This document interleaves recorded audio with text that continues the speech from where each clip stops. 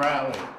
We're coming to you live on WLIB, 1190 AM in New York. We're streaming to you across the country on a number of platforms, including Facebook and nationalactionnetwork.net. We are live right here in the House of Justice, 106 West 145th Street.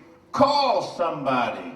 Tell them the action is on the air. The Reverend Dr. Al Sharpton is in the house and getting ready to come to you. You know, if it's Saturday, this is where the action is.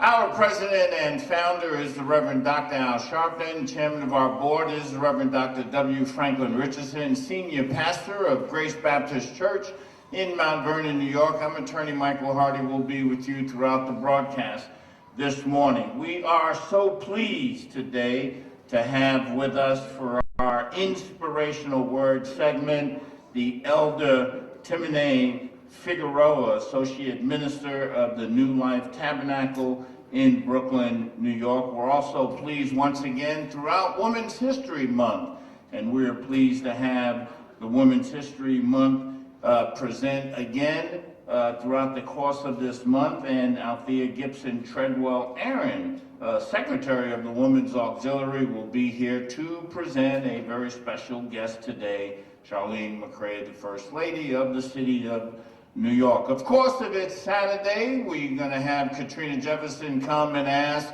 what's on your mind? And our musical director, Minister Tyrone Richardson, is in the house. Of course, the Reverend Dr. Al Sharpton, who everyone knows as the People's Preacher, will be right here in the House of Justice. This is where the action is, brothers and sisters. Call somebody and tell them the action is on the air. Right now, it is our pleasure to bring Dr. Alvin Ponder to give you some information that you should be aware of. Thank you, Attorney Hardy. Good morning. And thank you for tuning in to another Saturday Action Rally with the National Action Network. Here's some information to keep you in the know. Reverend Al Sharpton and Nan on Judge Merrick Garland's confirmation as the 86th Attorney General of the United States. Reverend Al Sharpton and the National Action Network applaud Judge Merrick Garland's confirmation as the 86th Attorney General of the United States. The Justice Department will now have an agenda-focused Attorney General to promote, reform, correct, and expand law rule with integrity and independence. We, the National Action Network, look forward to working with the Department of Justice to promote fairness and justice, confront racial injustice, and encourage all Americans' civil rights. Quote, last summer, over 200,000 people joined us at the Lincoln Memorial to call for reform to harmful policing practices and misconduct, much of which falls under the Department of Justice's purview. Attorney General Garland has a record of being a consensus builder throughout his esteemed career. We immediately called on him to honor his pledge to prioritize civil rights and ensure racial equity in our justice system, keeping with a deep and abiding reverence for the rule of law to ensure that the law is applied fairly and equally, said Ebony Riley, Washington, D.C. Bureau Chief of the National Action Network. Quote, this new administration has reinvigorated the American spirit and hope in a democratic society that is inclusive of all people, not just a select few. The murder of George Floyd, Ahmaud Arbery, Breonna Taylor, and others expose inequities in our criminal justice system and a history of discriminatory police practices. Judge Merrick Garland's confirmation as the 86th Attorney General of the United States is a signal of hope that we're heading in the right direction for the Department of Justice that addresses police misconduct, advances racial equity, and creates a fairer nation for all, said the Reverend Al Sharpton, President and founder of the National Action Network. NAN monitors jury selection in George Floyd trial.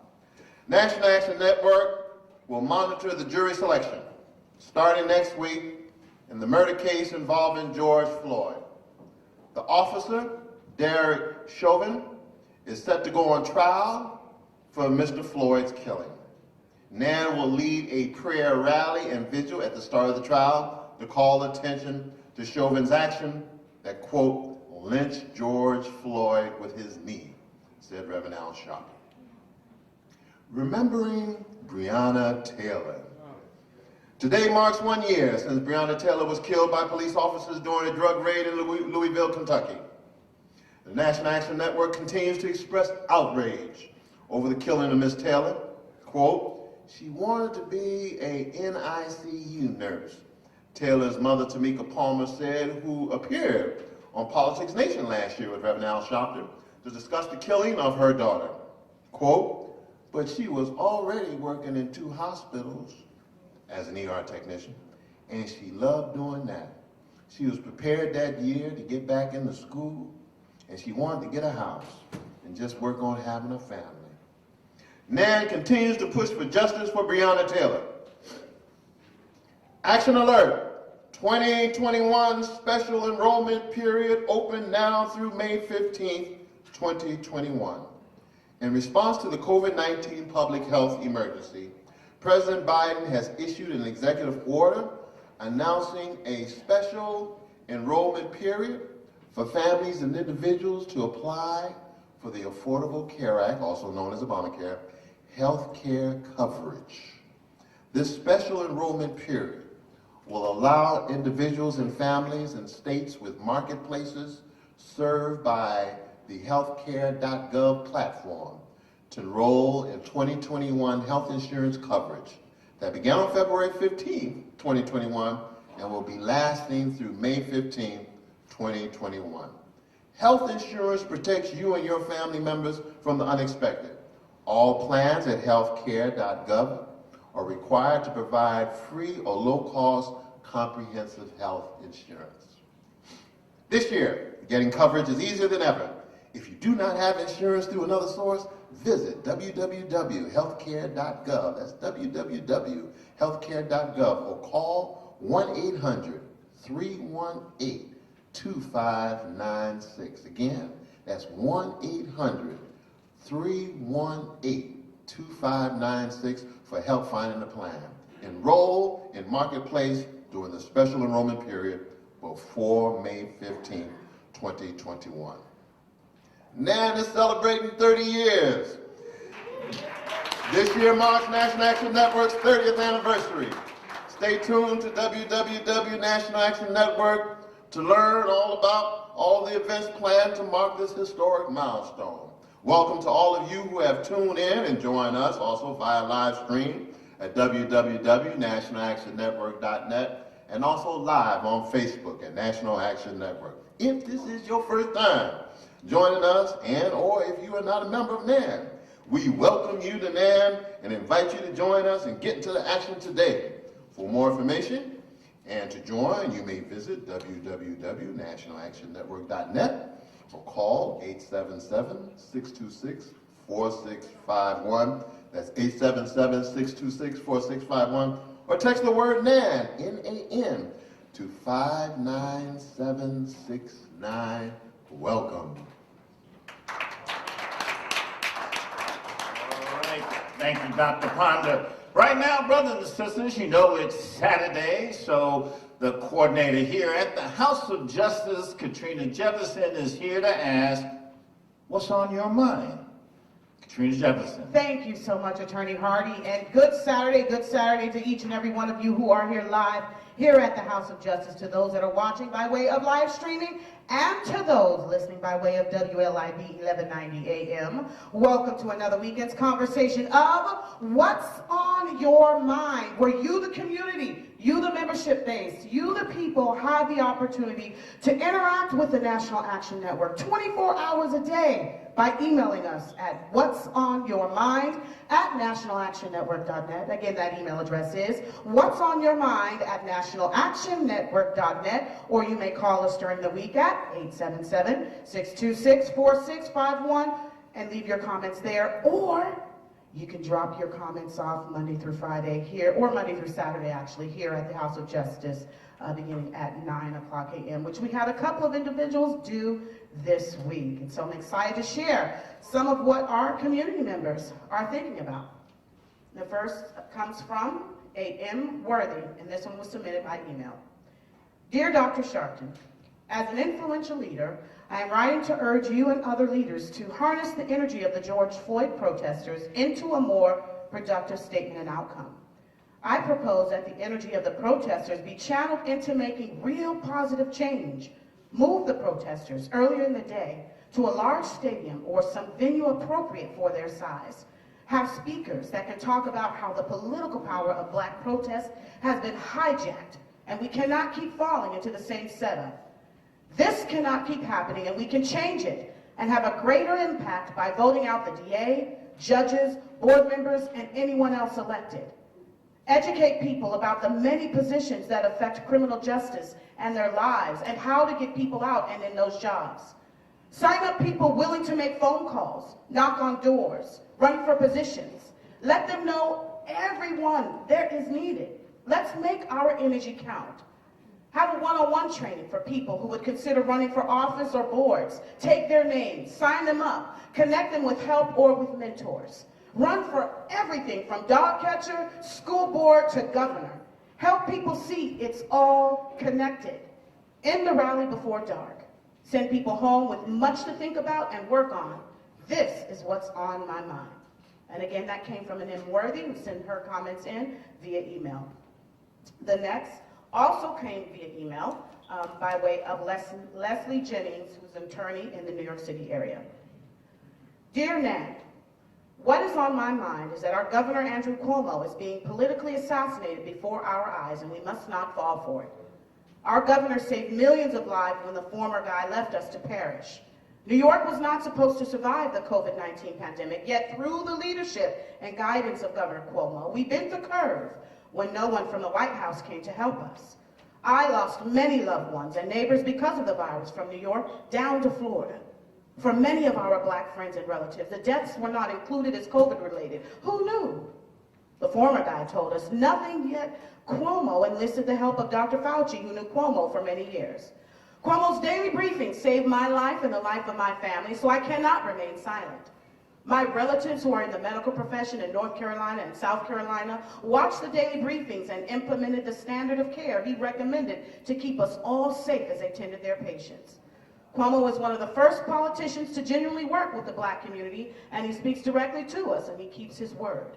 Anyone who feels he is a bully is mistaken. Cuomo expects results. This is the part of his character that makes him a good leader. They who cower have something to hide. I fear for our future if Andrew Cuomo is not our New York governor. I have adapted his daily briefing mantra. We are now New York tough, smart, disciplined, united, and loving. Best regards, Leslie Jennings, attorney at law. And the last, many of you know, Reverend Sharpton released his book, Rise Up, and we celebrated Black History Month, of course, last month, but we know that Reverend Sharpton is history every month, and so I encourage you, each and every one of you, not only to listen, but also to go out and get your copies. We have copies here at the House of Justice for those who are in the New York area and would like to stop by and get one signed by our leader. And this segment comes from God's Country, Chapter 7. It's impossible to write about the issue of climate change and environmental justice without writing about Greta Thunberg, the teenage Swedish environmental activist. I've never met Thunberg personally, but I recognize the fire in her belly, the way she says what she means and means what she says, even when the truth blunts. When Thunberg was 8 years old, she began studying up on the world around her and was shocked by what she learned. If we stayed on course with our current rates of pollution and environmental destabilization, the Earth would be radically, irrevocably different by the time she was an adult. Massive wildlife deaths, more catastrophic weather, mass migrations of environmental refugees, problems in the food chain, and everywhere pain, suffering, shock, and death. She quickly saw through hypocrisy. Why should she attend school to prepare herself for a world that may not exist at all? Why prepare herself for adulthood when her very livelihood and that of her friends, her entire generation, was being sacrificed anyway? Why continue building the house when the house itself is on fire? In August 2018, Thunberg didn't attend school and camped out in front of Sweden's parliament with a handmade sign, "School strike for the climate." Today, she's a leader of a movement publishing against the tides for change. Gore may predate her, but Thunberg's message is delivered with an urgency no one can ignore. When she tells us our house is burning, we would be wise to start scrambling for our buckets of water. And that concludes this weekend's conversation of What's on Your Mind. Keep in mind, everything that you heard here were simply the thoughts and the viewpoints of the community, of those who wrote into our office, and do not reflect those of the National Action Network directly. And you can engage with us 24 hours a day by emailing us at whatsonyourmind@nationalactionnetwork.net. Again, that email address is whatsonyourmind@nationalactionnetwork.net, or you may call us at 877-626-4651. Back to you, Attorney Hardy. All right, thank you, Katrina Jefferson. You know, COVID-19 has struck the world and has brought pain and suffering across the world. It's had a national impact here in the United States. But if anyone was in the position to begin to fight this challenge, it is Tony Wayford, the CEO of I Choose Life Health and Wellness Center, an organization founded to address health inequities in the Black community. And by the way, he was a pillar and a stone of the founding of the Los Angeles chapter of National Action Network. Let's give him a huge welcome. Good morning. I'm going to share with you what's on my mind. What's on my mind is that back in May, I was unfortunate to lose 5 family members to COVID in 14 days. And it was extremely devastating. But what I decided to do was not to just moan and cry about it, but I decided that I would do whatever I need to do to rise above COVID. And I'm here in New York today, as I will be all over the country, working on a project called Rise Above COVID, where we test people who are maybe positive for COVID-19. And what we do is, if you're not hospitalized, we have a treatment trial where people can engage and enroll in a treatment trial, and we'll treat you for the next 28 days to treat the COVID virus. And fortunately, you get compensated for your time. For the next 28 days, we monitor your health. And during that 28 days, we not only monitor your health, but we teach our people how to become advocates of their own health and wellness. So what we're going to do is we're going to bring information, share that information. We'll be here even after the rally so we can address any issues and concerns that you may have. But I need you guys to help me rise above COVID. I need you guys to help us stop the spread of this virus amongst our community, because it's killing us. And I think we can be the difference, and we can create the community that we all want and deserve to live in. So I thank you for your time.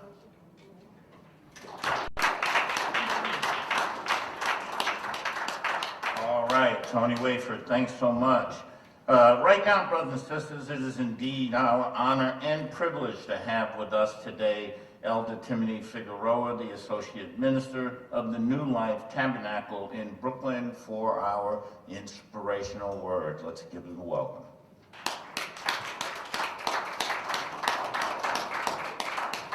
Can we just give God praise all over the room? Come on, wherever you are.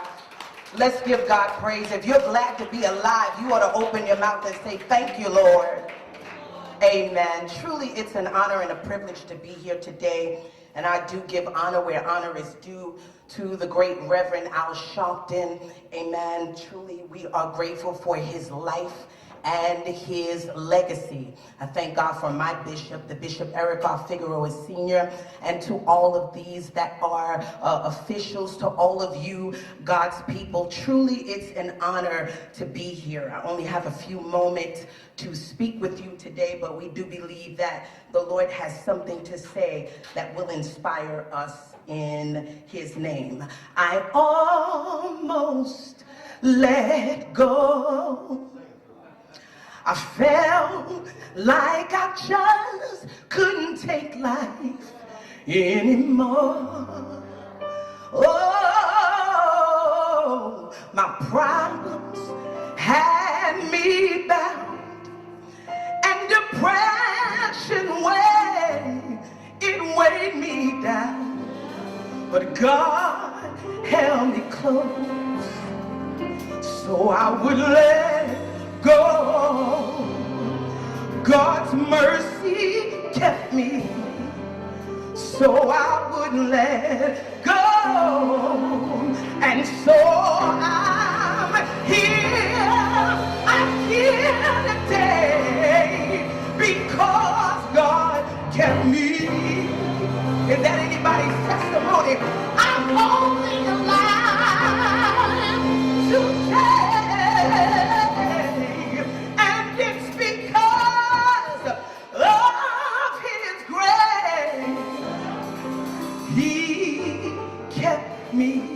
Can I get y'all to say that? Come on, give me a beat. God kept me. Come on, let me hear you say it. Say He kept me. I know 5 people in your family passed, but God kept you. Come on, open your mouth and say He kept me. Yeah, God kept me. Oh, He kept me. So I wouldn't let go. I need somebody that knows God is holding you together right now. So open up your mouth and say, thank you for keeping me. Hallelujah. 2 Corinthians chapter number 11. Beginning our reading at verse number 22. Are they Hebrews? So am I. Are they Israelites? So am I. Are they the seed of Abraham? So am I. Are they ministers of Christ? I speak as a fool. I am more. In labors, more abundant. In strife, more above measure. In prison, more frequent. In death's ought. Of the Jews 5 times, I received a 40 stripes, save one. Thrice was I beaten with rods. Once was I stoned. Thrice I suffered shipwreck. A night and day I have been in the deep. In journeyings often. In perils of water. In perils of robbers. In perils of mine own countrymen. In perils of heathens. In perils in the sea. In perils in the wilderness, in perils in, hallelujah, the sea, among false brethren, in weariness, painfulness, watchings often, hunger and thirst, in fasting, in cold, and in nakedness. Beside those things that are without, that which cometh upon me daily, the care of all the churches. Who is weak? And I am not weak. Who is offended? And I burn not. If I must needs glory, I will glory of the things which concern mine infirmity. The God and Father of our Lord Jesus Christ, which is blessed forever, knoweth I lie not. In Damascus, the governor under Artaeus, the king kept the city of Damascus with a garrison, desirous to apprehend me. And through a window, somebody say through a window, in a basket was I let down by the wall and escaped his hands. I just want to take for a subject this morning. If it couldn't stop me then, it won't stop me now. I'm going to say it one more time and y'all got to talk back to me. If it couldn't stop me then, it won't stop me now. On the internet, all over, they've got a meme that goes around that talks about how it started and how it's going now. The importance of the proper perspective perspective is imperative. When you have the gain or the advantage of looking at how it started in relation to how it's going now, it can give you a proper perspective on how things are going to end. When we look at, hallelujah, the fact that we just come out of Black History Month, that gives us a national, a global opportunity to look back in the future and take retrospect of where we have come from. It is imperative to do so on a regular basis, because if you only look at where you are right now, you'll be frustrated with your situation. If you only look at where you are right now, you'll become angry and stressed out. But the truth of the matter is, I'm not where I used to be. The truth of the matter is, I'm not doing as bad as I used to be doing.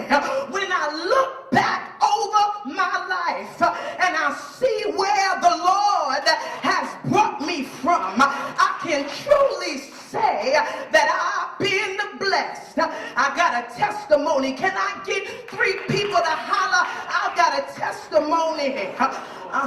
When we look at our text today, the Bible speaks of the Apostle Paul, and the Bible lets us know that Paul is frustrated because the people, hallelujah, are listening to false prophets. The people are believing what false prophets have to say.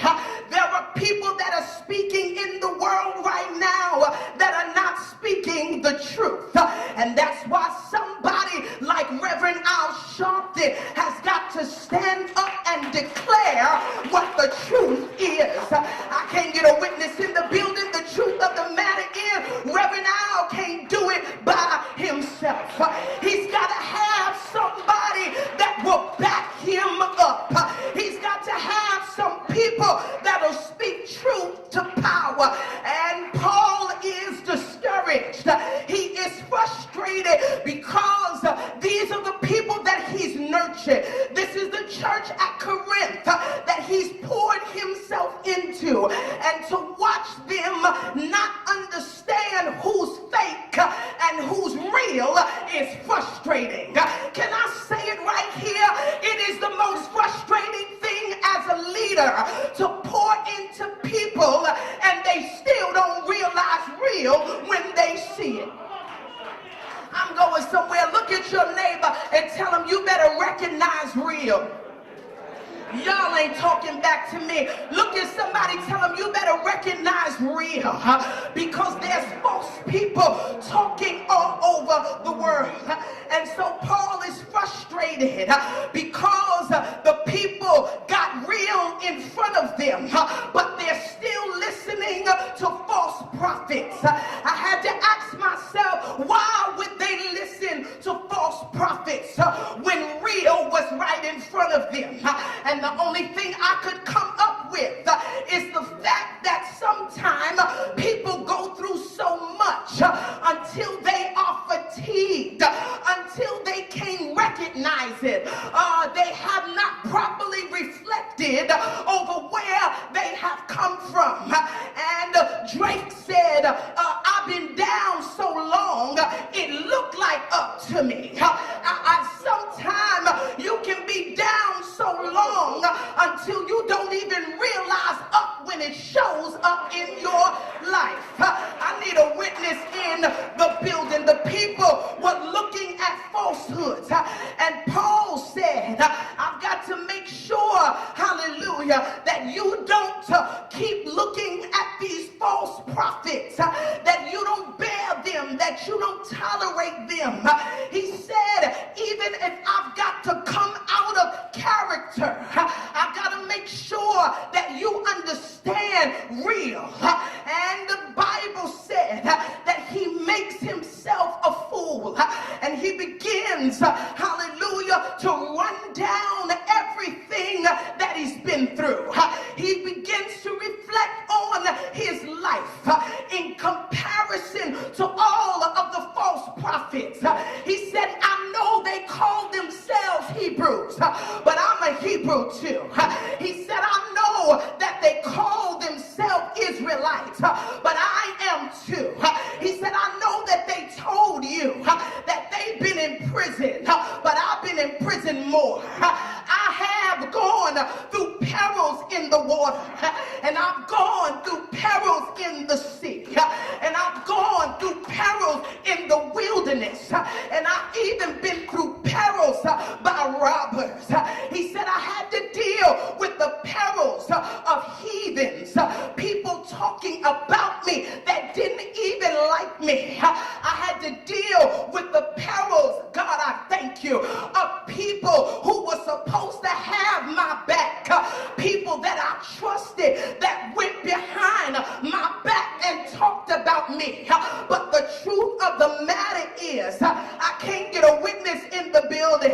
The truth of the matter is, after all that he ran down, because it was out of his character to talk about himself, but he said, I gotta let you know what I've been through. Hallelujah. So you don't believe what the false prophet said. And some of you today can testify that you've been after in one thing after the other, that you suffered COVID and financial distress, that you lost family and you lost home, that you lost jobs and you lost friends. But I came to tell somebody, if it didn't stop you then, it's not going to stop you now. The Bible said in verse 33, after he finishes running down all that he had been through, he recollects on when he first started, when he was on the road to Damascus, and God transformed him from Saul into Paul. And as soon as he began his ministry, I'm coming right now, sis, the Bible said when he started that the governor and the king came after him, trying to apprehend him, but the Bible said that they put him in a basket and they let him down on the side of the wall. It was from the beginning of his ministry that the enemy was after him, and I came to tell somebody that the enemy has been after you since day one. The enemy has been after you since the very beginning, but if he wasn't able to take you out then, he's not going to be able to take you out now. Look at your neighbor and say, neighbor, after all I've been through, I'm still here. After all the enemy tried to do, I'm still here. And if it didn't stop me then, I believe God that he's covering me right now. Can I get 10 people to get up on your feet and tell somebody I'm unstoppable? I said I'm unstoppable. I've been through hell and high water, but God keeps making a way out of nowhere. If it didn't stop you then, it can't stop you now.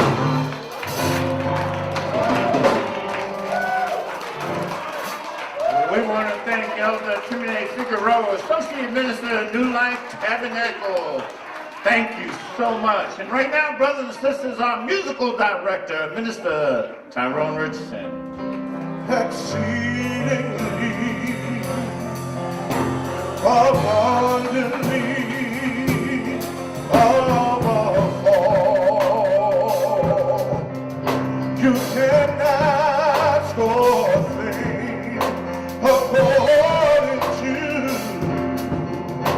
the power that worketh in you.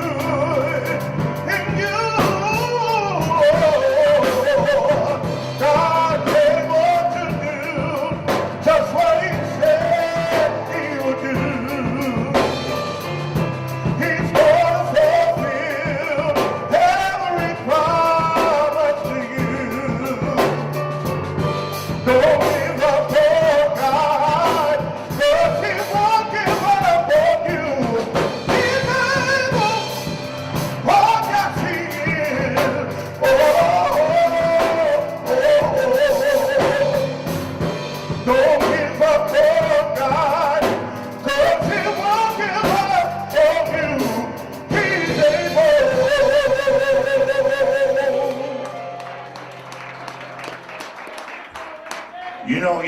week in the month of March, we continue our celebration of Women's History Month, and we are pleased to have the Secretary of the Women's Auxiliary come, Althea Gibson Treadwell Aaron, to present our special speaker this morning.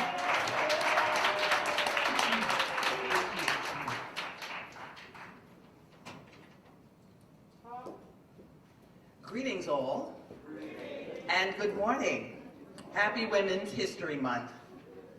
The women of the National Action Network are in the house and on the move, connecting, supporting, and uplifting the movement and our causes. We are activating women on the ground to be engaged and involved in bringing about the change we wish to see in our communities and in our society. The Women's Auxiliary of the National Action Network, New York City chapter, is an active component of the nation's leading civil rights organization under the leadership of the Reverend Dr. Al Sharpton. We organize to energize women in the city to show up, be involved, and to have a voice. We support the chapter and leadership working to sustain the network while connecting and empowering the next generation for success. We accomplish these things through various activities and initiatives that are supported through the organization, whether it's giving away baskets to families in need during the holiday seasons, or having community forums that address health care, family preservation, mental health, and financial empowerment, or having and honoring community leaders at our annual Women of Excellence, Men of Vision Awards ceremony, or gifting our youth with scholarships through the Kathy Jordan Sharpton Scholarship Fund. The Women's Auxiliary of the National Action Network is committed and works to empower our community as well as nurture our next generation for success. Ladies, we invite you to join. And we invite all to support the work of the Women's Auxiliary, helping to lift up women everywhere.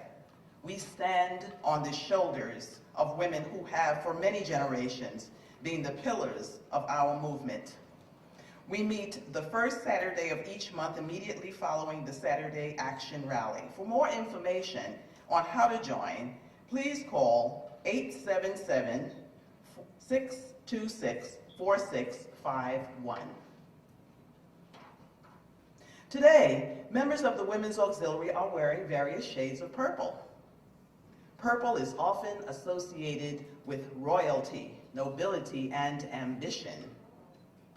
Well, we are delighted to welcome today our guest as a true woman of nobility. Shirlene Mcrae, the First Lady of New York City, is nationally recognized as a champion for mental health reform.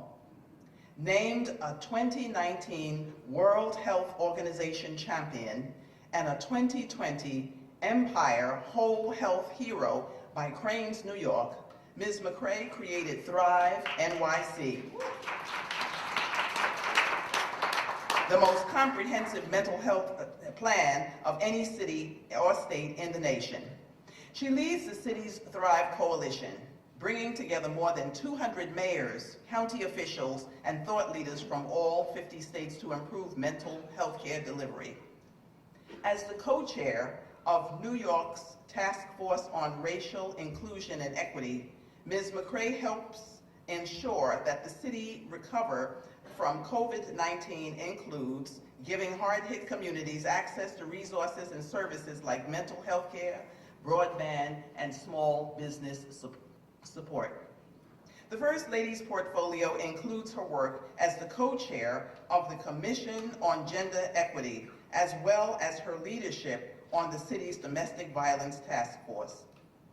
Ladies and gentlemen, please join us in giving a rousing NAN welcome to a true woman of valor, our First Lady of New York City, Shirlene Mcrae.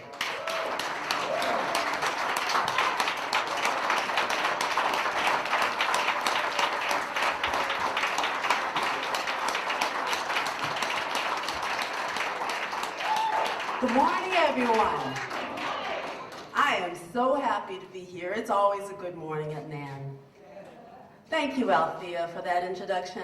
And of course, thank you, Rev, not only for today, but all you do to lift up our community. Right? It's such an honor to be here, be with you for Women's History Month. And it's a great day to be a Black woman. Alive and well. You know, just a few weeks ago, I took part in a panel called Telling Her Story, Saving Black Women's History, that was put on by a group called the History Makers. Have you heard about it? History Makers? Oh, really good. Check them out online. I still remember when I received the invitation. Looking at the names of the other women who would be panelists, there was Tomiko Brown-Nagin, who is an award-winning legal historian and an expert in constitutional law. Anita Hill, who is not only a brilliant lawyer, but has demonstrated remarkable courage throughout her life standing up for women. And Beverly Guy Sheftall, an insightful author and the founding director of the Women's Research and Resource Center at Spelman College. I thought to myself, what am I going to share? I mean, I'm not an academic with a lot of degrees after my name. I have not written the bestseller. I'm not an orator. And why am I on this panel? Do any of you do that? Do you ever tell yourself all the things that you haven't done, that you don't have, the things that you are not? Anybody with me? Yeah, I know. And then, you know, I remember that I do have a purpose, and I do have a story, and everything that I've experienced has been useful. I want to share just a little bit of that with you today. Beginning with when I was growing up. I was the only Black student in all my classes, beginning in 1958 through my senior year in high school. Now, you all know what it was like back in the 50s and 60s. This was in the North, actually, in Western Massachusetts. But it doesn't mean that everyone had the message that I was supposed to be there. It was legal. Integration had happened. It's just that, you know, it hadn't happened until I was there. I suppose the experience made me tough. In some ways, I was bullied in the earlier grades. Later on, there were teachers who refused to have me in their classroom. And in high school, the social isolation was really hard. You know, I was not invited to the parties and the social things, and I didn't have anyone to talk to at home. So my parents were very withdrawn, very, you know, not communicative, and I was just supposed to go to school and do what I was supposed to do. That's what I was there for, right? Get an education. As a little girl, it was a lot to work through. You know, today, people call it trauma. But back then, it was just what one did to get a good education. Now, the second story I want to share with you is really a memory that was triggered by last year when COVID hit, and so many people were getting put on ventilators and then dying. I was a little freaked out. Because back in the 80s, I developed asthma, and I was in the emergency room more times than I can even remember. And I was hospitalized 3 times. First 1 week, then 2 weeks, and then 3 weeks. This was before they had all the medications that they have now to control severe asthma. And it just came out of the blue. I had allergies, and it just turned into asthma. The 3rd time I was hospitalized, they had to strap me down and shoot me up with Valium to help me relax, because I was so hepped up. They even asked me if I was on drugs, because here I was, this little 100-pound woman, and they were giving me enough Valium to relax a 300-pound man. I almost died. I was on the ventilator for 11 days. And I was in that hospital for a very long time. When I got out, I was so depressed because the asthma didn't go away, and it was so bad that my lungs were so twitchy that I really couldn't go anywhere without having attacks. Now, this is back when people could smoke in public places, so even the school where I was a substitute teacher, the teachers would smoke in the cafeteria, they'd smoke in the hallway, and it was all right, it was legal. I couldn't go to the laundromat, do my laundry, because people smoked in there. People smoked in banks and post office. I felt like my life was over.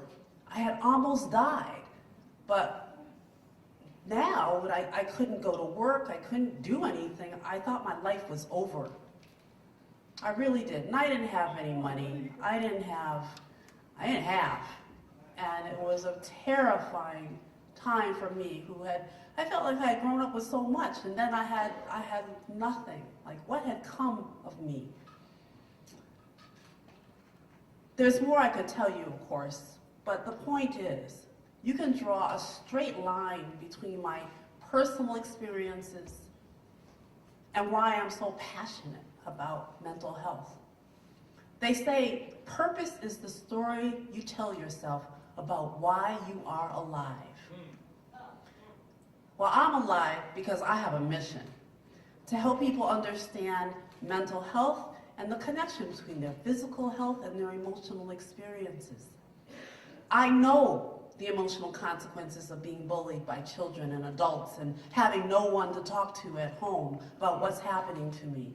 I know the psychological and emotional consequences of what can happen when you struggle because of poor health, because you can't work, and what happens when you feel trapped and you have no options. How many of you saw Oprah's interview with Meghan Markle the other night? And Meghan, she's a beauty, isn't she? Yeah, and she spoke so bravely about her mental health and at one point feeling suicidal. Here is someone who seems to have it all: fame, beauty, money, yet she was bullied and isolated. And there's such an important example here for all of us. Too many of us break when we reach that point.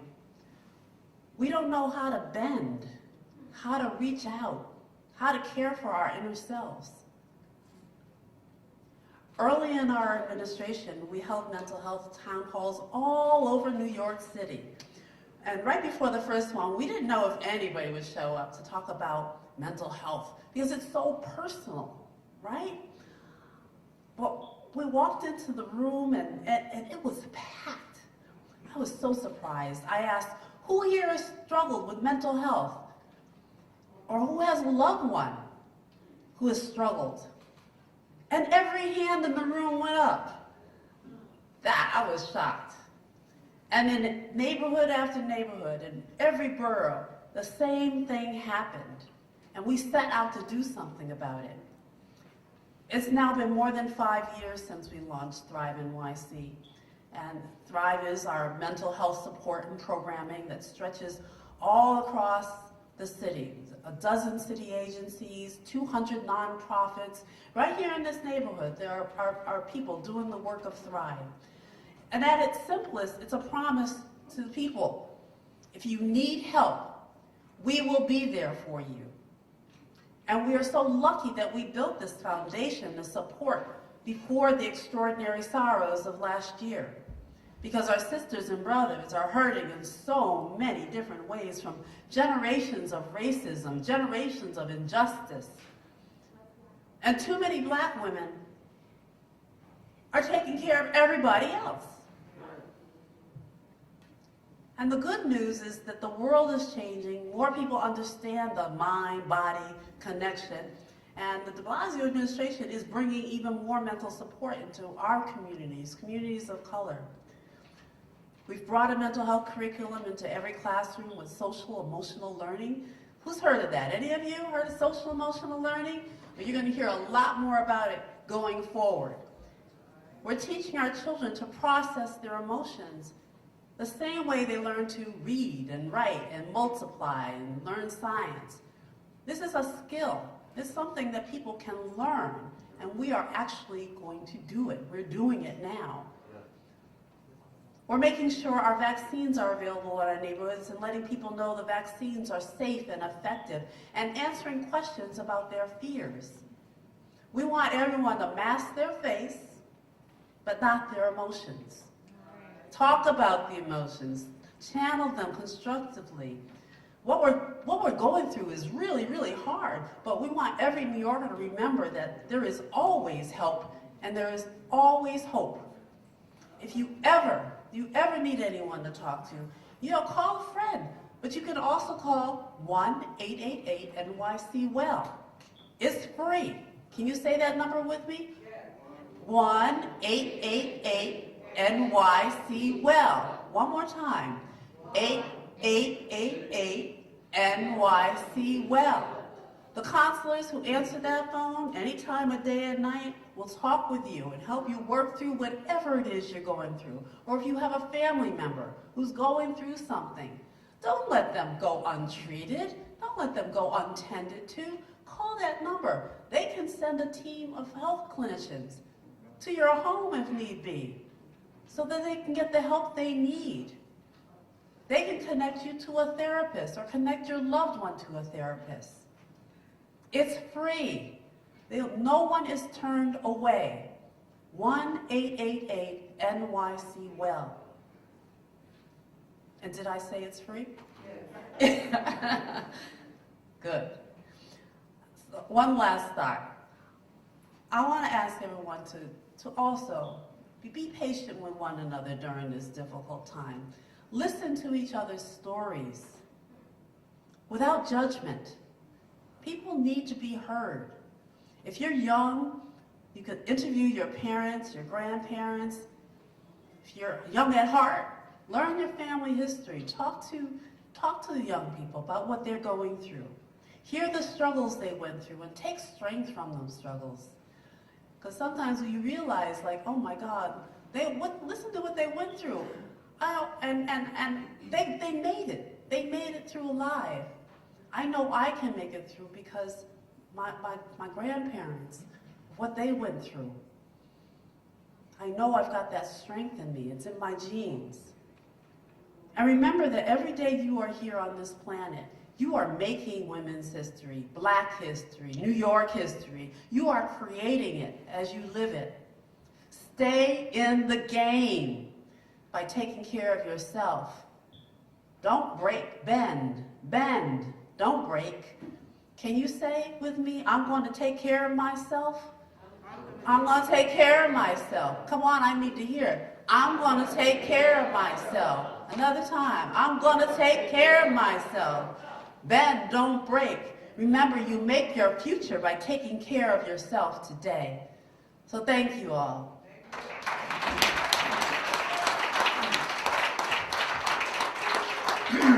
All right, we want to thank the Women's Auxiliary and Sister Erin, the Secretary, and of course a special thank you to the First Lady of the City of New York, Shirlene Mcrae. Right now, the Change Ensemble.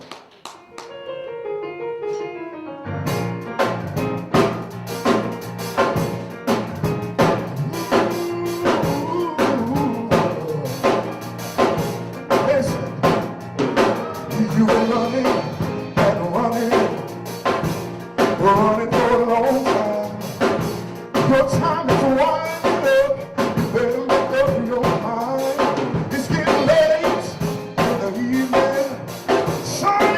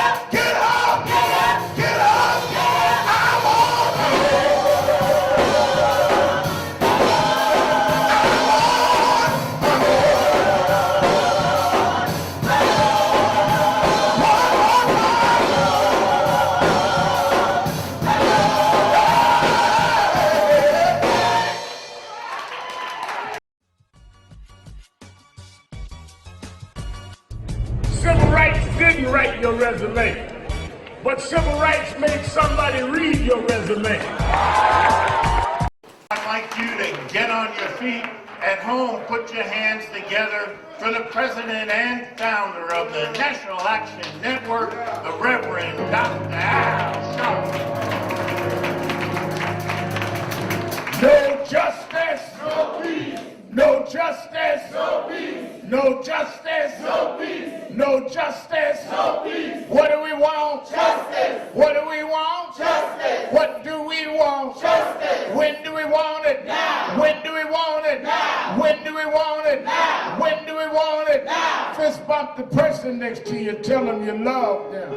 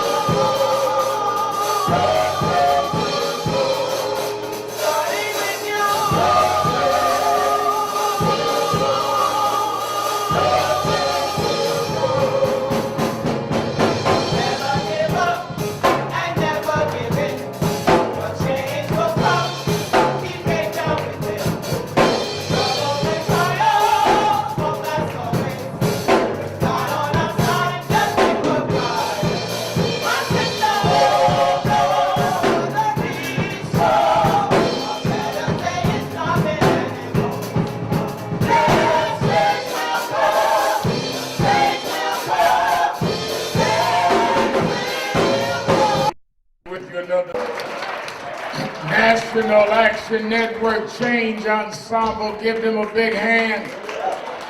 Give them a big hand.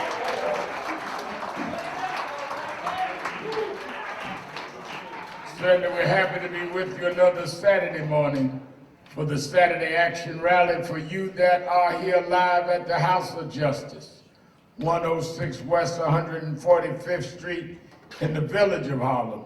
And for you that are listening live on 1190 WLIB AM in New York, we're happy to be with you another Saturday morning to give our report on where the action is. Give a hand to our presider, Attorney Michael Hardy.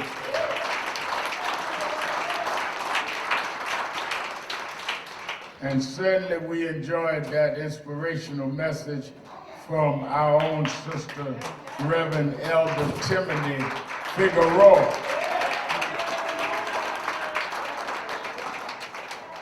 She tuned up here, she sang and then tuned up. I started to call her Daddy. I started to call her and said, we meet associates, she ready to be the bishop right now. And that was a message that we need in the middle of this. A lot of folks are ignoring the impact of this pandemic mentally on people. And we act as though you can shut down for a year and it don't affect you. All life as we've known it has been off base for a year. And don't act like that's normal. One of the things I was saying this week to some of the government officials, Timothy, is that when we are talking about reopening schools, you have had young people that have been out of school. Many of them living in areas that are broadband deserts so they can't go online.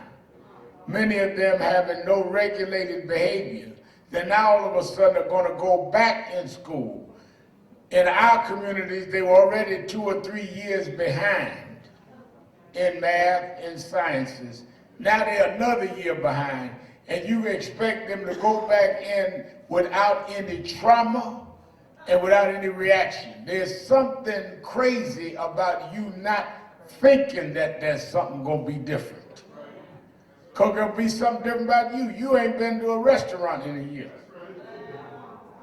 You haven't been to a movie in a year. You haven't been in a lot of things. You've been sitting up home mostly and trying to discover what it is to not have all those things. One of the things that I think people should do is evaluate that in this year of lockdown, let out, lockdown, modify, is that you should have found out that a lot of stuff you thought you had to have in life, you don't need. You know, the first month or two, a lot of us was kind of like concerned. I can't hang out with my buddies. I can't go to my regular spots. But after 3 or 4 months, a lot of folk that I wasn't seeing, I found out I didn't need to see them no how.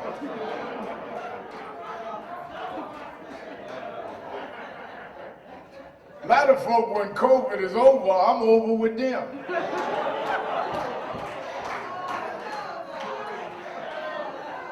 Because a lot of things are habit rather than necessary.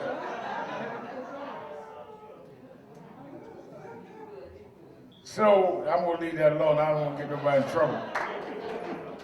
But I thought her message was timely. And I thought that it is something that we need, because a lot of us are coming through a lot without realizing what we're coming through. The other thing that I think we need to deal with is that we have lost 525 million people. And just all of that death affects us. People have lost loved ones that were not sick until this virus. And we should be very mindful of the impact of losing mass life like that. So give Elder Figueroa another hand.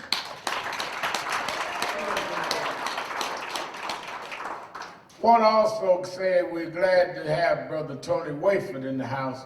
Give him a hand.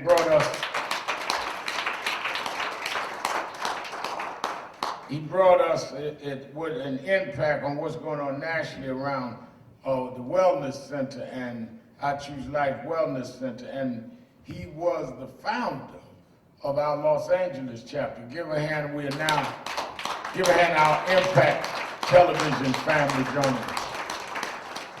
He founded our Los Angeles chapter of National Action Network, been with us for many years, and focused a lot on the HIV/AIDS problem when it began as an epidemic and then now is dealing in the pandemic.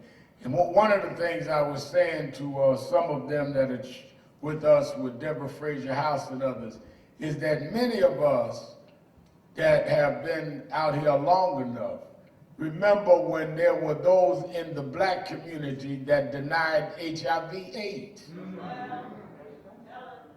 They didn't just start denying coronavirus.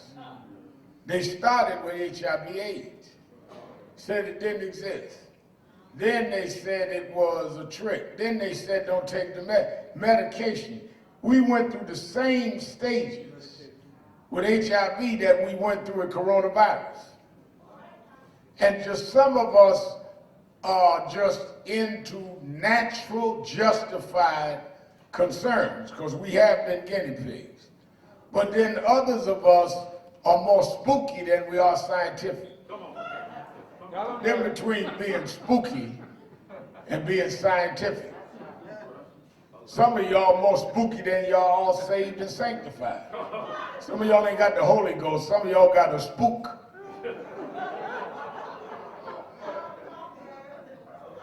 Get up in the middle of the night, go to the bathroom, and walk into the wall rather than the door and talk about God spoke to you. No, you just was stumbling in the dark, that's all. God ain't told you to hit your head upside the wall. You were sleepwalking in the dark.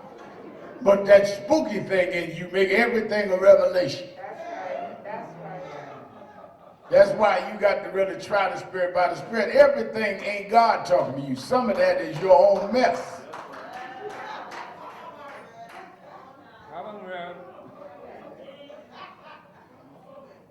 And I believe that we need to be real clear about that. So I'm glad that Tony was here. And then I certainly am glad that the Women's Auxiliary had as their speaker this week the First Lady, Shirlene Mcrae, First Lady of the City of New York. And it is clear to me that the work around mental health in our community is necessary and is of a serious problem. There are people right in our own families, people right in our own circles, people right in our own space that have mental health problems that we should not look down on. We should try and help to service them. If you live under the pressure and stress of being black in America, mental health issues are real and are in many ways more than we want to admit. That's right. You're not helping your child if your child has a mental health problem and you won't deal with it. Because they can't be healed and they can't be remedied. And denial is only to exacerbate it rather than help it. So I was glad that they had the wisdom of having her here during Women's History Month. Give her a hand, the First Lady.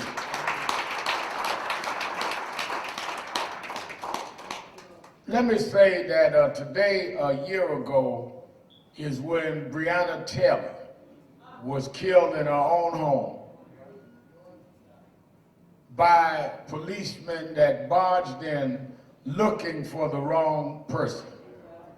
And as they barged in her home and killed her, looking for the wrong person, it was clear that there was a crime and they have not gone forward to deal with the criminal justice system in a way that would be fair and just.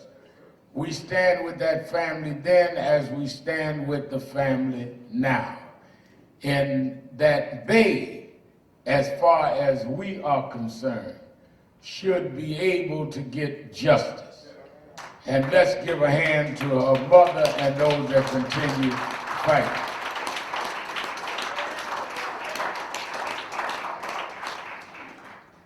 Yesterday, the city of Louisville, Kentucky settled a civil suit with the George Floyd family.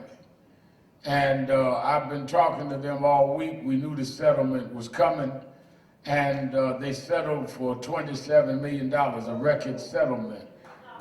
But as they said, no amount of money can be in the way of them getting justice. You can't pay us to kill us.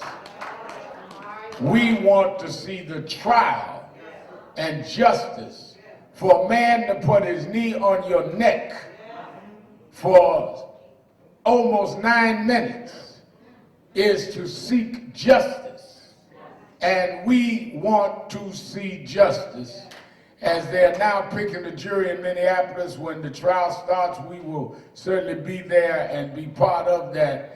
But we want people to understand, when you hear a settlement, they didn't settle the criminal case. They settled a civil case. We want justice.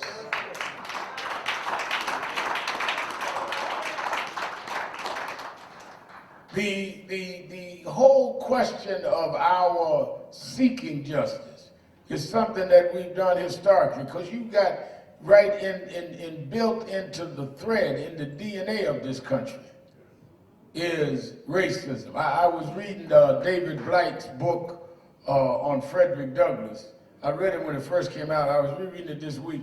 Show you how even the church, the white church, would give this whole sanctifying of racism. They would not allow blacks in their churches. One of the most corrupt things is that those that claim to be of God, that would then have God's children divided based on white supremacy. And when Frederick Douglass had escaped from slavery and went to Massachusetts and was in New Bedford. Said he went to, there was a church that allowed the blacks and the whites to have communion together. And the white was so upset that when the minister served the black woman communion, the next woman behind her, the white woman, fell out like she was in a trance. And when she came to, they asked her what happened. She says, I went somewhere and I went to heaven. And they said, you went to heaven? She says, yes. As I fell out, I was taken on a trip to heaven. And they said, well, what was heaven like? She said, oh, it was beautiful. I saw the angels. I saw the choir singing. Nothing but everything you could imagine heaven to be, streets paved with gold. I saw everything and stood with everything. And one lady that was there, because the communion had just been served to a black woman, said, well, did you see any blacks in heaven? She said, no, I didn't look in the kitchen.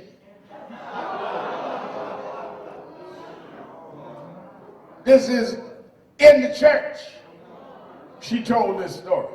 This woman just come out of trance, thought she was in heaven, but still was a racist. Martin Luther King used to say the most segregated hour in this nation is Sunday morning. Say that again. The most segregated hour is Sunday morning. So we must challenge this false worship of God, where they see God only in supremacist eyes. You can't be a racist and a Christian at the same time.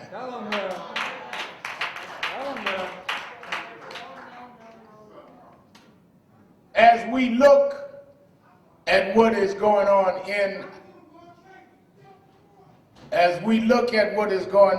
this country that we are fighting for and dealing with,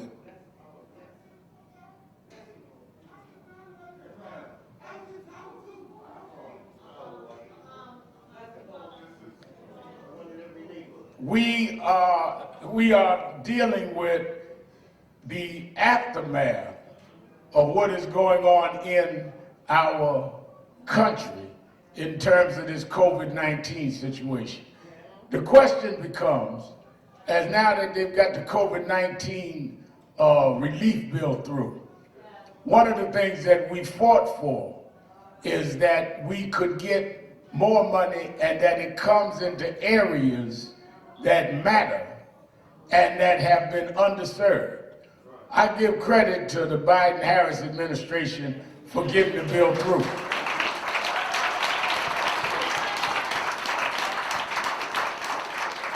When you look at the contrast between what happened under the last administration and what happened now, the contrast is clear.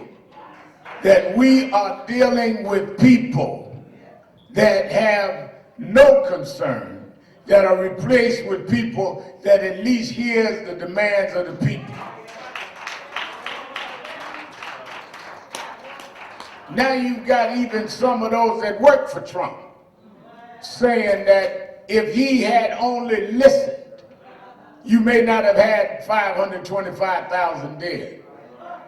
And now you've got a situation where as they vaccinate Americans and that the numbers go down, it is easy for people that are not suffering to analyze how suffering people need to act. It's easy for people that are not under duress to tell people that are under duress how to act. But those of us that are on the ground and understand the pain need to deal with the pain and need to deal with how we alleviate the pain and not get caught up in the craziness. So I'm glad to see them pass that bill, and we need to move on further in terms of dealing with where we are. You know, the issue for me is you can't heal if you're going to ignore where the people are most hurt, there was disproportionate impact in the black community. Therefore, there must be disproportionate investment in the black community.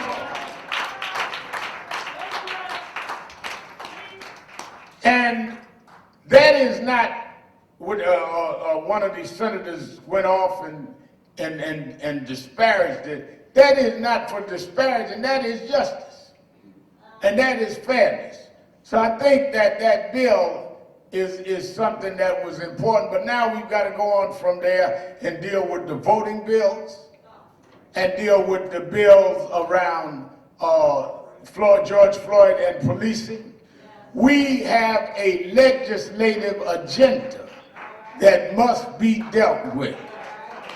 And unless we can have demonstration and legislation, we cannot have anything. And that is why we're moving forward. Change comes as you legislate what your fight for change is so that it becomes permanent. When I look at the fact, as they pick this trial with George Floyd, when I look at the fact that you look at this tape that has been brought back now because of the trial, 8 minutes, 46 seconds.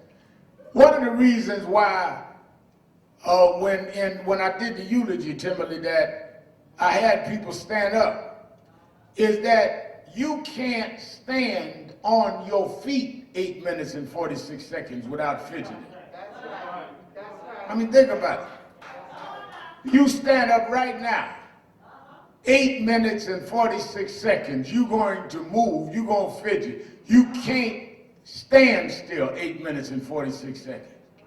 So imagine the kind of hate and venom that someone had to press their knee on somebody that long while their neck is throbbing and while they're begging for their life. It takes a lot of hate and venom in order to keep your knee on someone's neck that long. I mean, at what point do you have it turned from, even if it was anger, that it turns from willful intent? And willful intent is a crime. So that is why I said, yes, they had the settlement, but they need to now deal with justice in the courts. This man has committed a crime and we want justice.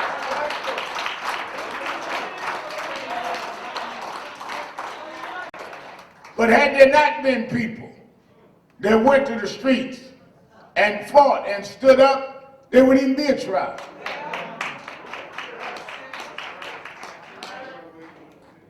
If there hadn't been a video with that young lady that was walking by, it wouldn't have been a trial. How many people that are not videoed have been treated in the same way? And that's why we can't stop. That's why people talk about, God wrote a book on the boomers generation. I'm a boomer. I told him, no, I'm a warrior. I don't know what kind of boomer is. I'm a warrior. I fight in my generation. And every generation has to fight until the fight is no longer necessary to fight. I keep hearing the people say that there was the Moses generation, Joshua generation. I thought about that the other day when last Sunday was the anniversary of Selma. And I thought about how, I think it was 2007, that Barack Obama was getting ready to run for president the next year. And he spoke about how Dr. King and John Lewis and Reverend Jackson and all, Moses generation, and now is the Joshua generation. And a lot of our young people talk about that today. But the question that I raised today, I want y'all to think about this, is you cannot call yourself a generation that you're not qualified to fulfill. I'm gonna say that again slow. You can't call yourself something that you're not qualified to fulfill. You can't call yourself Moses or Joshua unless you are qualified to become the Moses and Joshua. Joshua didn't just get to be next. Joshua had to go through some training and preparation and sacrifice in order to be Joshua. Just like Moses did. Too many people want to be exalted without being prepared and without sacrificing and disciplining themselves to be that. So you want to be a star rather than be a leader. In between somebody that's a star and somebody that's a leader. Star, you get yourself a Facebook page, Instagram page, TikTok, and just look at yourself all day long. Never get tired looking at yourself. You can look at yourself live. Just get your little smartphone, lay back, and just keep looking at yourself. Get tired, put it down, want to see some more, look at yourself some more. That's starring. Get you 4 or 5 followers, and you think you're a star. But you're not leading anybody because you're not leading them somewhere to address what needs to be addressed. When we are dealing with Joshua, Joshua came out of the movement of Moses. Let's go to the book. Joshua was a young man that went through the struggle of the Exodus. Am I right? And when Moses had sent Caleb and others and said, I want you to go and survey the promised land. Joshua was the young man with Caleb that went to survey the land. When they came back to give Moses the report, Joshua was with Caleb because the others said, we can't take the land. Because to us they appeared as giants, and to us we appeared as frogs. As grasshoppers, not frogs, as grasshoppers. Now they weren't giants, and the Israelites wasn't grasshoppers, but they had a grasshopper complex. You can't be Joshua with a grasshopper complex. And the problem that many of us have is that we have grasshopper complexes. We accept what others give us and make us have because we look at them as giants and us as just grasshoppers. So that's why you live in a city that has the captains of industry on Wall Street, and you don't question why the wealth is not distributed fairly because you got a grasshopper complex. You live in Harlem or Bed-Stuy or Brownsville or East New York all your life and let folk come and run you out the neighborhood with gentrification because you got a grasshopper complex.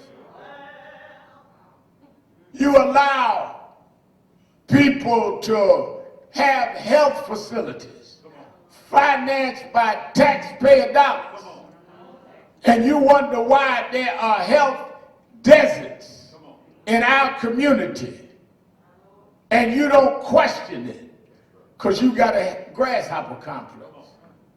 And then when somebody comes and questions it, you turn on them rather than turn on the folks they question. Don't forget now, it takes a lot to be a Moses or a Joshua. Moses, let me tell you where I'm getting with this, because I keep meeting people that want the profile but don't want to do the work. Moses was in Pharaoh's house. You in the president's house. That's who Pharaoh was. Pharaoh was the head of state. When Moses found out who he was, when he found out he was not Egyptian, he was an Israelite, he went to reconcile with his own. Ended up killing a man who was part of the oppressor. First thing is, if you're not willing to go and be with where God puts you, you're not qualified to be Joshua. Too many of us try to live and be something that we're not.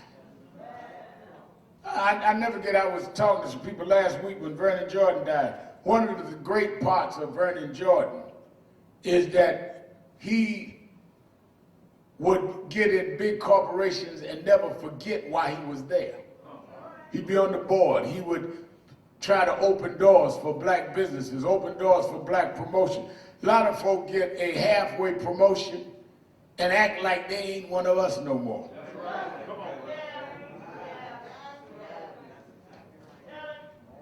A lot of us feel complimented when somebody says you're not like the rest of them. You ought to be insulted. The rest of who? But you got the only black concept.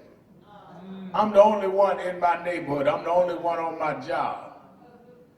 Moses rejected that and left Pharaoh. Then he ended up, after he killed a man, he ended up going out into finding this God of the Israelites. That's how he met his wife and her father.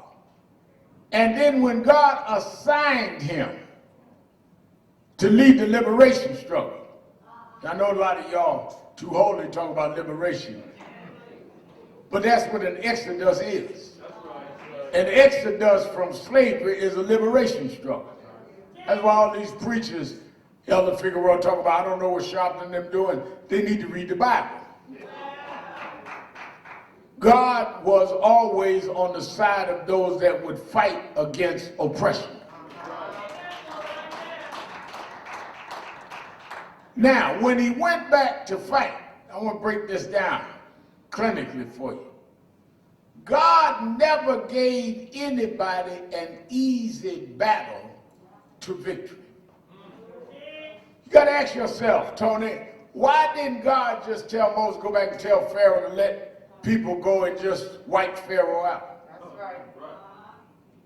Why did God say, I'm going to put 7 plagues on? Because people need to struggle to get to where liberation becomes something that they have earned in the fight for liberation. You need to be dealt with in your discipline. You need to get the envy of being an oppressor yourself out of you. You need to go through stages of learning how to be a liberator. So it took 7 plagues before they were even let go. And even then, when they got to the banks of the Red Sea, they turned on Moses. Now imagine Moses, I got to go through this 7 times. Go through Pharaoh 7 times. Go through every one of the plagues 7 times. Go through 7 times folks saying, I told y'all this ain't going to be nothing. I told y'all he ain't going to get us free. Imagine all that, the backbiting and the criticizing.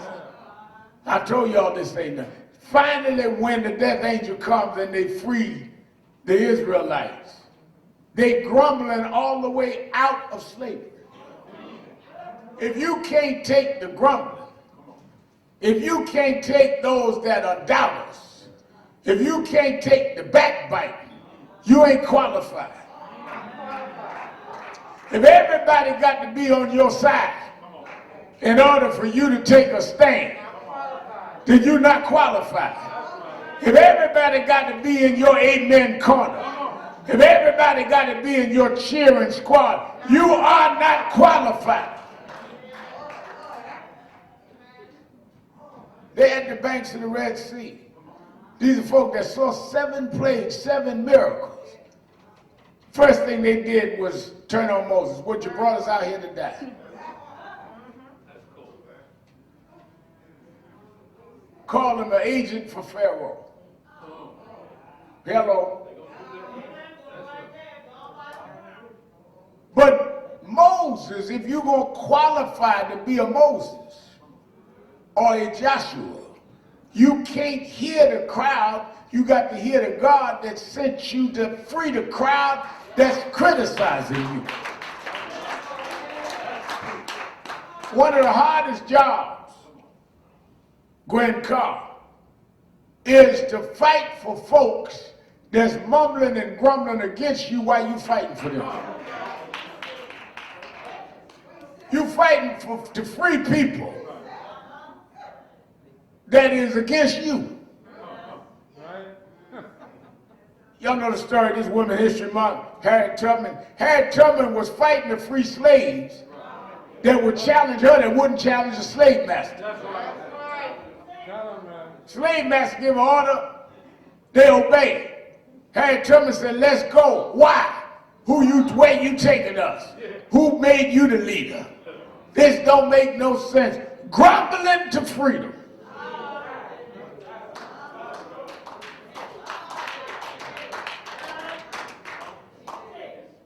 Martin Luther King led the Montgomery bus boycott, broke down segregation in the South, led all the way to the Civil Rights Act. Until the day he died, blacks called him names. That's right. Too soft, sell out, Uncle Tom, till he died. Shouldn't be up in the pulpit. He more into politics than to God. Till he died. Man blew his brains out. And the same critics now have Martin Luther King Day. Same preachers wouldn't let him in their church. Got his picture up on the wall. If you gonna be Moses, you got to be willing to deal with all of that. That's why Jesus said, if you want to follow me, pick up your cross. He didn't say pick up your crown. Pick up your cross. You're going to suffer some to follow me. You're going to be nailed to the cross. You're going to be betrayed by your loved ones. You're going to be questioned by those that you help. But if you can do that for my sake, then I will reward you, but you got to earn the reward. Even after they opened up the Red Sea and the children of Israel marched across the Red Sea, even then, when they got in the wilderness, they still turned it back. Imagine you done brought people through 7 plagues, walked them through a river in dry land, and you go up to get the 10 Commandments and come back and they partying and twerking all over the wilderness.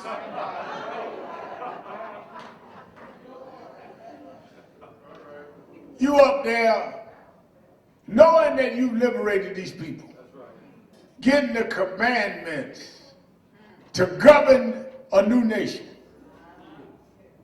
and you come back down and they doing the boogie woogie and twerking with thongs on in the wilderness.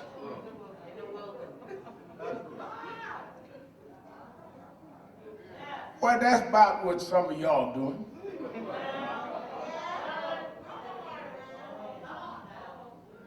Turning the doors that we open into jokes. Turning the options open into ridicule. Like people fought and died for you to insult and embarrass your own heritage. I looked at some of these shows. I remember when Diane Carroll just died recently. Dominique Nash's partner, Daughters of the Movement, with her daughter. I remember when Diane Carroll went on television with the sitcom Julia, when I was a little boy. And it was a major achievement for a black woman to be on TV with a show.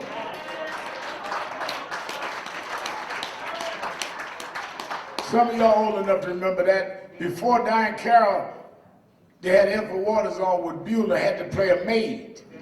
But Diane Carroll was a medical worker, a nurse.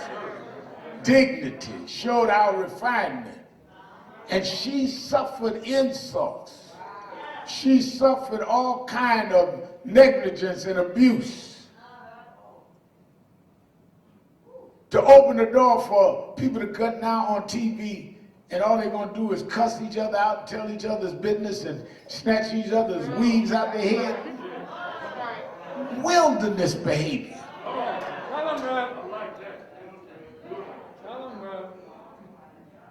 We fought to get the right to vote. Vote and put blacks in high office. And you sit up in high office selling out your community for your own favor. And then you get busted and want people to stand up for you when you misuse us. Wilderness behavior. They got in the wilderness and turned their back on the values and the principles that God had given them. That's why you can't get to the promised land without the 10 Commandments. And my real thought to you today is you can't get free unless you return to the values and discipline that your elders had imparted you before you got all crazed with trying to be something that you're not.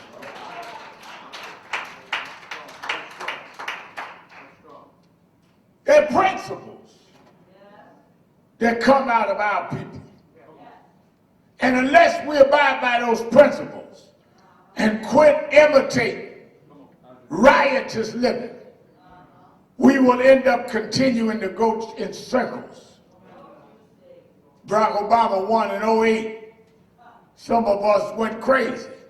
Got a black president now. We ain't got to fight no more. All of that's yesterday, post-Rachel. And what happened right behind Obama? You get a Donald Trump. Because you thought it was over. And you gave up the fight rather than continue to fight. And then you fight each other. Everybody that stand up, you could try to find fault with them. You looking for mess. If you can't find none, you'll create something. So Moses comes down and loses his head, mad, angry, hurt, seeing these people acting like this in the wilderness.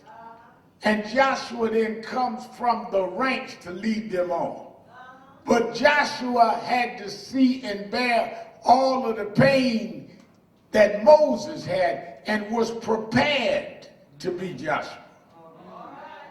And God said, I will salute Moses.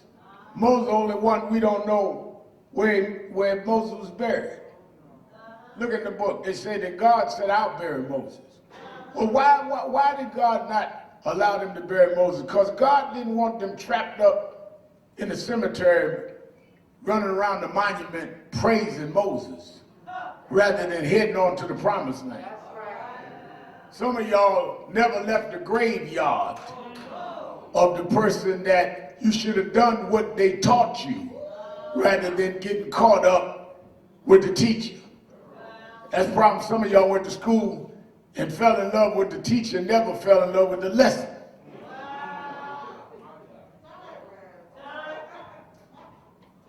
I had a friend of mine. Man, I got a cute, fine Spanish teacher and don't know one word of Spanish.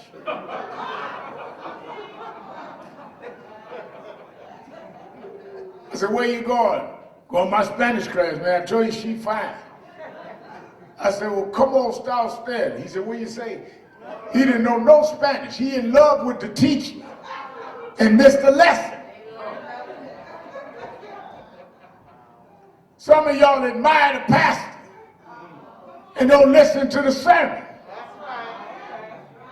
Like the leader, but don't have nothing to do with the movement. That's why God said, let me bury Moses. Y'all get on to the promised land. We are at a critical time where as this country comes out of this pandemic, as they start to reopen this country, we cannot let it reopen and go back to normal, because normal did not work for us.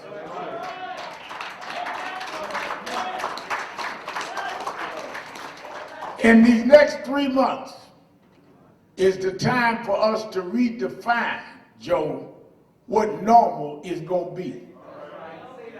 That's why we got to pass the George Floyd bill. That's why we got to deal with this John Lewis bill. That's why we got to win the trial in Minneapolis. We must reconstruct normal. We cannot let it go back to what it used to be. And by doing that, you can't go back to who and what you used to be.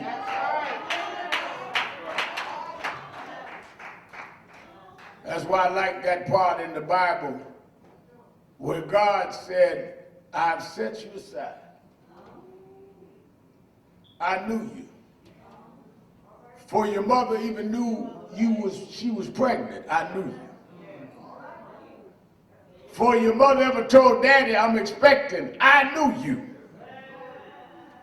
As you grew through your adolescent days, I knew you, and I set you aside. Problem with some of you, and I'll let you go on this, is you keep wondering why you don't fit in. You don't fit in because you've been set aside. And when you've been set aside, you don't fit with the foolishness of others. Reverend, there's something awkward about them. No, there's something set aside about them.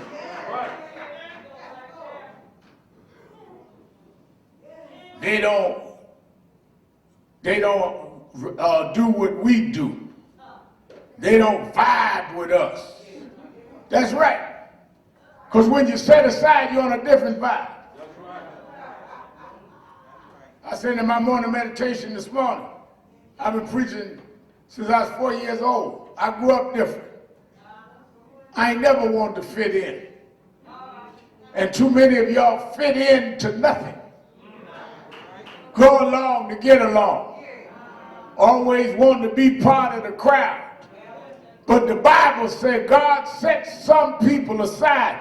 Why does he have to set them aside? He can't talk to you if you got too many folk around you. That's one of the reasons why, if you use the pandemic right, as you shut down, your crowd is gone. And that's why those that God would use, he would set aside. Well, those of us that's been set aside need to come now and help change this society. All that you looked at a year ago today, Donald Trump was flying high. President of the United States talking trash, tweeting every night, all night long, all kind of stuff he wanted to say. But he gone now.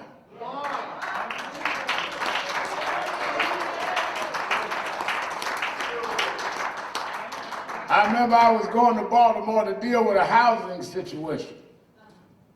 Got off the plane, and he had tweeted all kind of stuff against me. But somewhere I read 37 Psalms, fret not thyself because of evildoers. Neither be thou envious against the workers of iniquity, because they will soon. He didn't give me the date. He didn't give me the timetable. They will soon. He didn't guarantee it to be this month or this week. They will soon be cut down. And I learned not to argue now like I used to when I was younger. I just wait on soon to show up. If you trust in the Lord, He'll make a way in due time. In God's own time, He will make the wicked fall right before your very eyes. We must use these times. We must use these next couple of months to fight like we never fought before, to stand like we never stood before. We can't let them, as they come back out of this pandemic, come and open up like they used to. Y'all want to open up businesses? Well, we need to understand where our role is in the business. We need to know where our positions is. We need to know where you're banking. We need to know how you're doing business. Normal don't work for us. Y'all want to reopen up Broadway? Well, let's negotiate our role on Broadway. We got black artists that you've always shut out. Ain't gonna reopen unless we open in a new way.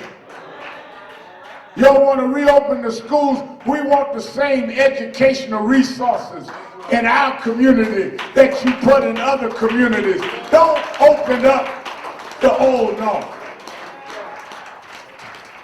It's time for us to set aside and say, wait a minute, I'm not those waiting on you to hit the switch. I'm waiting on you to understand that we got to rearrange and reconstruct how we gonna deal with this new norm. You want to be Joshua? Let's be qualified to be Joshua. Dr. King, all the way from King to Obama, brought us over the Red Sea, but we got one more river to cross. And this pandemic showed us that we wasn't there yet. We are unequal in education. We are unequal in healthcare. We are unequal in wealth, black to white. We are unequal in how we deal with our social settings. We got another river to cross.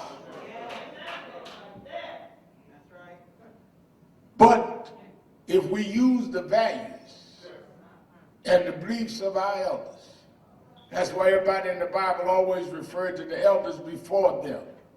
That's why they all went and said, I come in the name of the God of Abraham, Isaac, and Jacob. Because they understood that if they kept to the values that they were to have, that God would make a way out of nowhere. My mother never sat in one theology class, but she had more religion than any theologian I ever met. Why? Because she believed and had faith. And faith is the key to being set aside. Faith is not what you could calculate. Faith is not what you could plan out. Faith is not the end of your strategic planning. Faith is when it don't make sense. But you believe anyhow. Faith is when you can't figure it out, but you hold on anyhow.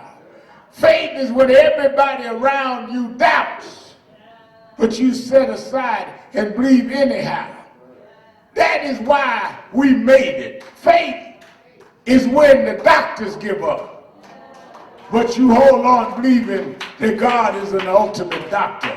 Faith is when you got a pile of bills and no money, but you say, I don't believe God brought me this far to lead me now. He'll provide all of my needs. We come this far by faith, leaning on the Lord, trusting in His holy word. He never,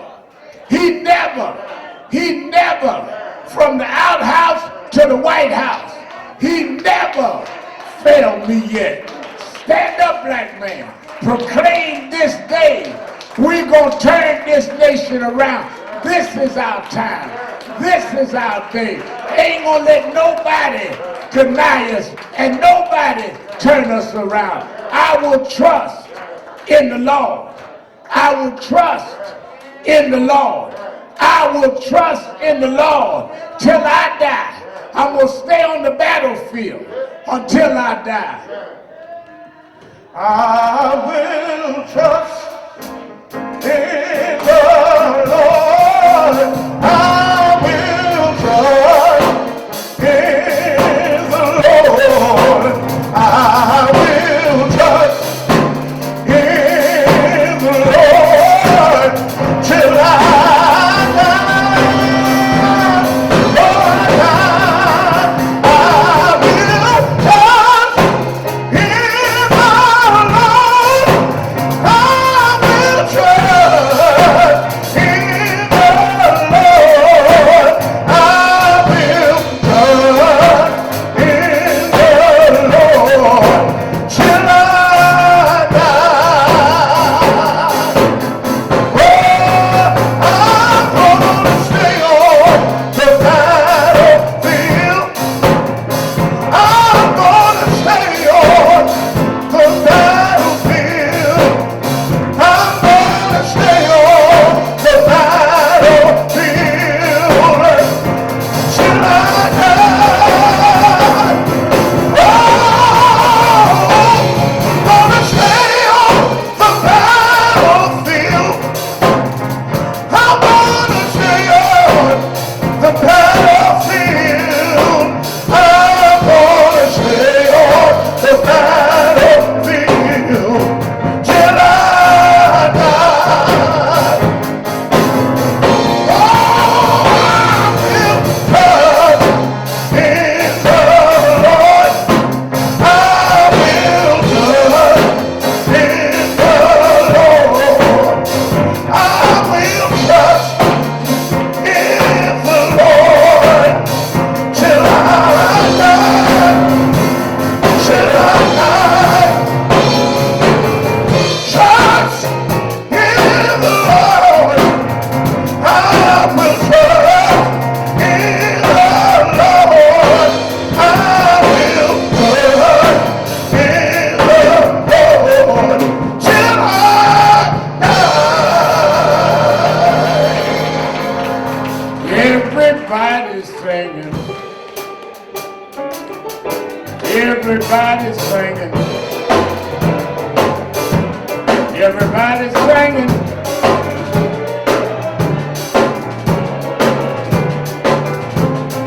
Singing like you mean it. Singing like you mean it. Singing like you mean it.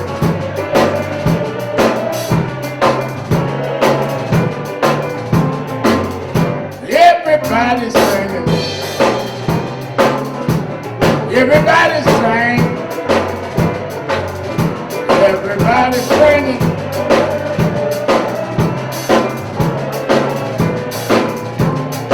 One more time, y'all.